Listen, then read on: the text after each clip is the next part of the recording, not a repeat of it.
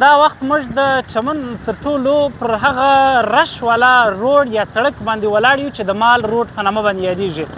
پر دغه سړک باندې د چمنوال هر سهار له بازاره څخه چې د ښار زیات وګړي زیاته برخه پر دغه سړک باندې سهار د چمن او سپین بولدک ترمنځ و دروازې ته ځي، تګ راتګ د لارې هم دغه روډ او دغه سړک دی.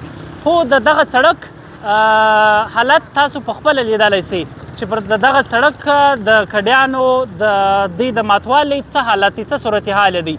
پر دغه سړک باندې که یوې خواته دا ډېر مات او بل څنګ ته بیا داسې څه کې سته چې هغه شاید د نړۍ په هېڅ یو سړک یا په یو روډ یا په یو وطن یا په ښار یا په سیمه کې نه وي. هغه دا چې د سړک په منځ کې دلته د اوبو پایپ یا چینه ورته وایاست یا پایپ ورته وایاست هغه راوتلی دی. تاسو لیدلی سئ دلته یو ځوان ناست دی او دلته پر دغه روډ مابینځ کې چې کومې اوبه راوځي په دې باندې خپل مخ هم پرېولي او خپل اودس هم کوي. دا رقم د ورځې دلته ډېری ځوانان راځي چې په دغه اوبو باندې دلته اودس کوي، خو دغه اوبه چې راوځي هغه روډ باندې روانې وي، بیا د غم خوړلو هېڅوک نشته.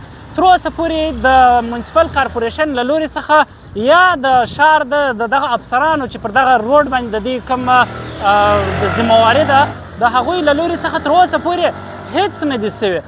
د روډ صورتحال تاسو په خپله لیدلی سئ د خلکو په وینا. دا خو نو دا ځای د اوبه را روان دي، دا ځای ما 2 واره ډکوي، 2 واره 3 واره ما ډکوي، بل هغه ښار پټران ویسي دي، بیا سکیډنټون هم کېږي، رقشا او سکوټر کې هم کېږي، موټر او سکوټر کې هم شلېږي.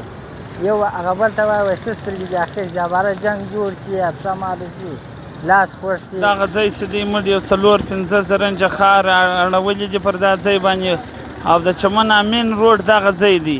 پر دا ځای باندې اکسیډنټ هم کېږي او پر هغه سربیره وروره هېڅوک ته دا ځای غم نه خوري. موږ غریبان به در کومه پورې دا په خپل جیب باندې دا ځای برابروو او در څه وخته پورې به دا ځای دا رقم نړېدلی او کچا پروت. پکار ده چې زموږ د منسپل کارپوریشن یا نور دغه ذمهواره کسان دغه سړک ورغوي او برته جوړ کړي، ځکه د چمن تر ټولو مین شهره یا مین روډ چې دی هغه هم دغه مال روډ دی چې زیات مشهور هم دی او ډېر زیات رش پر هم وي. خو څومره چې زیات پر رش دی دغه د روډ د ماتېدو یا د دغسې حالت د روډ د حالت له وجې څخه خلک ډېر زیات په ستونزو باندې هم دي. اخر به دغه افسران کله راکښېني، اخر به دغه افسران دغه روډ کله جوړوي او اخر به افسران خپله ذمهداري کله پوره کوي.